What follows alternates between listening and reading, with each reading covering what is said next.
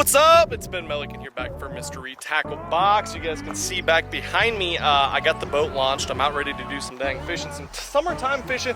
We got grass everywhere, we got clean water, and we got something else I'm very excited about. It's the Mystery Tackle Box for this month. So in today's video, I'm gonna open this guy, I know, shocking, and see what the tackle is inside this, and I'm gonna rig some of this stuff up, show you guys how you can use these baits right here to go out and catch some fish all across the country right now, several different ways. Hopefully we'll catch some fish in the process as well.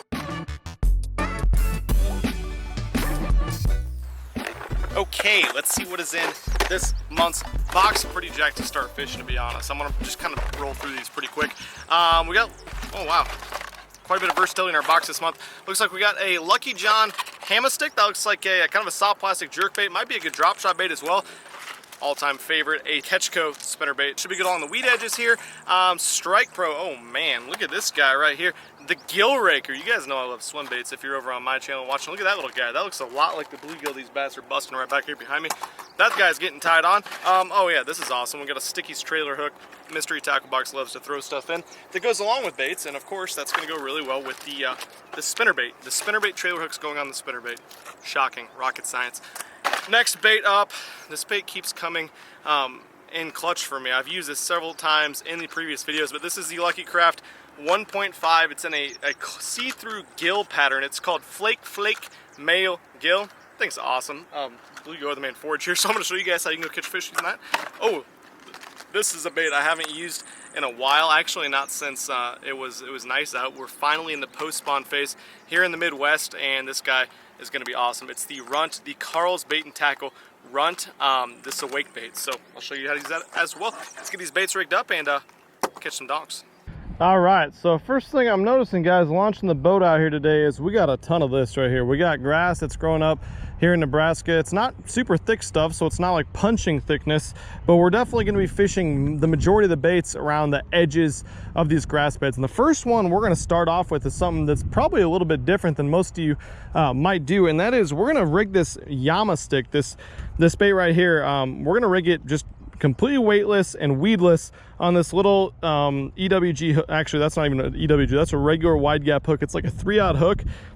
We're gonna throw that on a spinning rod, which might seem a little scary to you guys, but trust me, if you get these fish penned on this grass edge and keep pressure on them, you can catch a lot of fish. So the way we're gonna fish it is, you know, pretty erratically. This is an awesome bait to throw this time of year. We're in the post-spawn phase here in Nebraska. There's a lot of bluegill popping around in here, so you'll probably hear that as we kind of work around. And you can fish this bait a couple different ways. You can throw it out on the weed edges, let it fall, twitch it a few times and let it fall. You can fish it really quick on the top, and that bait has a lot of really good action. Or you can even do some of this stuff right here. You can pitch into some of these openings, these holes. I've seen bass blowing up back behind me already. I don't know if they're eating little dragonflies or bluegill and stuff like that or what, but this is a great imitator of either of those. So we're going to start off fishing that. Yeah, there's a bluegill right there. Actually, this is a really good bluegill looking color, green pumpkinish black top, chartreuse sparkly bottom. I think we should be able to get a couple like this. I think it's pretty much required to throw this bait on a spinning rod if you're going to fish it weightless like I am right here. A lot of the bait fish are really small right now, and so again, really good way to imitate them. And this bait has a really good wiggle on the bottom, on the fall, kind of like a 𝗙𝗍𝗋𝗋. So moving down the old grass line a little bit, decided to pick up the spinnerbait. Now this lake isn't very dirty, but a lot of the lakes in Nebraska right now, we actually had some that were closed today, are dirty. They're very muddy. They're high, they're staying. We have a ton of flooding right now. When the water's muddy and the bass are shallow, this is like one of the best baits, if not the best bait to pick up to go cover a lot of water. So we're going to come out here on the grass line here. We're kind of trying to do like a slam type deal today, I think. Try to catch fish on all these baits, and they're definitely gonna be able to see this thing. I don't know if they're gonna be able to see it too well. It's chartreuse and white, so you know, not the most natural around these grass lines when they're eating bluegill and you can see down about 5 feet, but honestly, we make it really erratic. We put it in front of one of these faces and probably gonna get one. Now spinnerbait, especially in slick calm conditions like this, is a bait that I like to fish pretty high in the water column a lot of times when I'm fishing this shallow water, and I like to incorporate a lot of action. So I'm constantly, you know, changing the retrieve speed up, kind of quick half turn, stuff like that. It's gonna make the bait, the skirt really pulse. You know, this bait is not a natural looking bait. It doesn't look like much, but it's got the flash of a group of bait fish, school bait fish, and when you fish it erratically, it gives off a vibration and a presence in the water that's different than just about any other type of bait except maybe a chatterbait. And this is a little more subtle than a chatterbait thump. I don't know, spinnerbait just gets bit a lot of the time. I really wish we had some wind right now. Wind and muddy water are generally, either of those two conditions is when I'm throwing this bait. We don't really have much of either today. A lot of slick, calm, sunny conditions. But spinnerbaits get bit, and this is a really good time to fish it on a windy, wind-blown, shallow, muddy bank, stuff like that.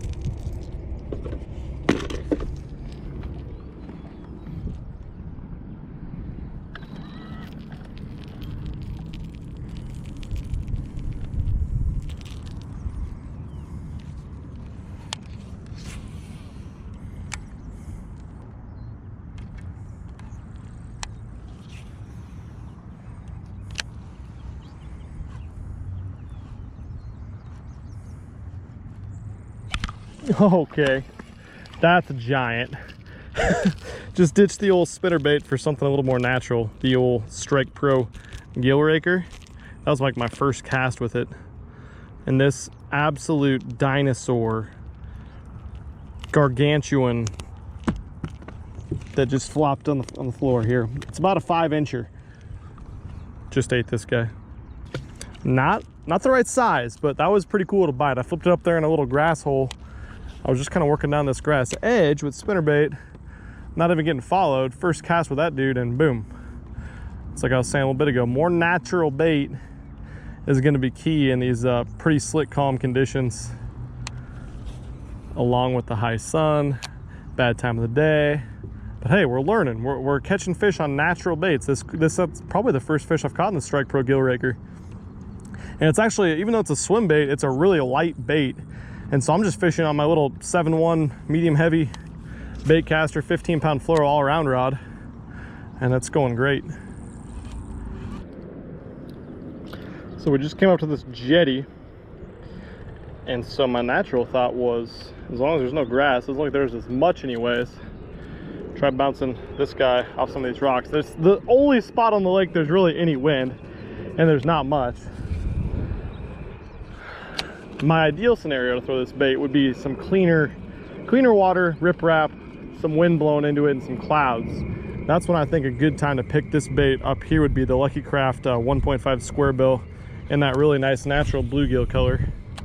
But we're gonna make do with what we got here at this lake, because it's what's in the box, and you never can really control the conditions. You just go out when you can go out, when you got free time, whatever. Should be a good way to pick up a couple fish. So this color is crazy natural. Look at this thing. It even comes with grass on the back. No, it doesn't. That's what I just caught. But super see-through natural bluegill. Good enough to catch one, I would think.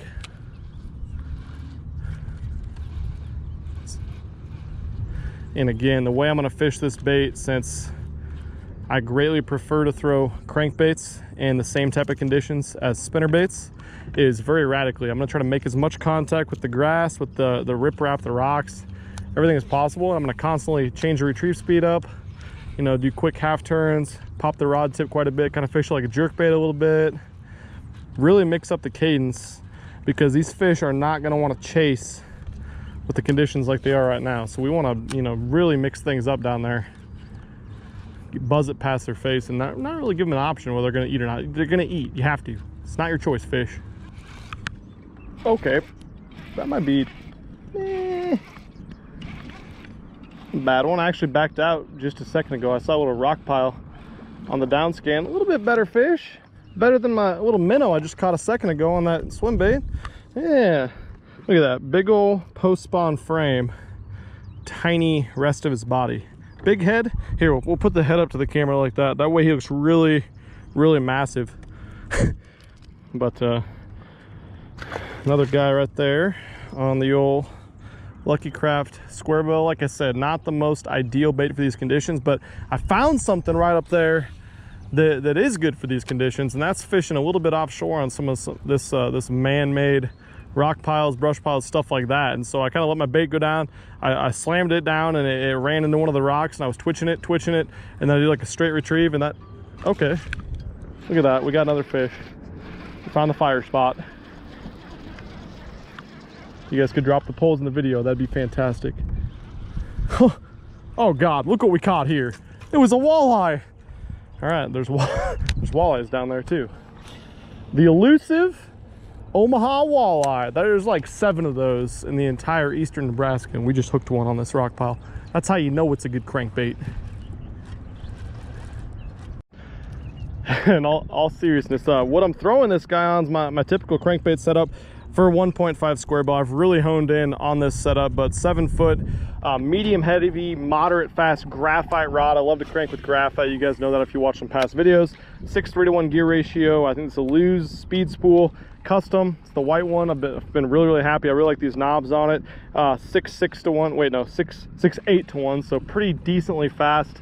Not ultra fast reel, but decently fast, so I can burn that bait. I can give it a lot of those half reel turns, really pop that bait and move it a lot. And this is actually the same rod that I'm going to use in a second here to throw that little runt around, because it's a little bait, more finesse of a wake bait. I don't know if we're going to catch anything on that run. I'll be completely honest with you guys. The conditions just are not right for it, but that's something I would definitely throw more early morning. Let's get that tied on actually. Now we caught a couple fish on this guy. Let's try the old runt. So this here is the runt.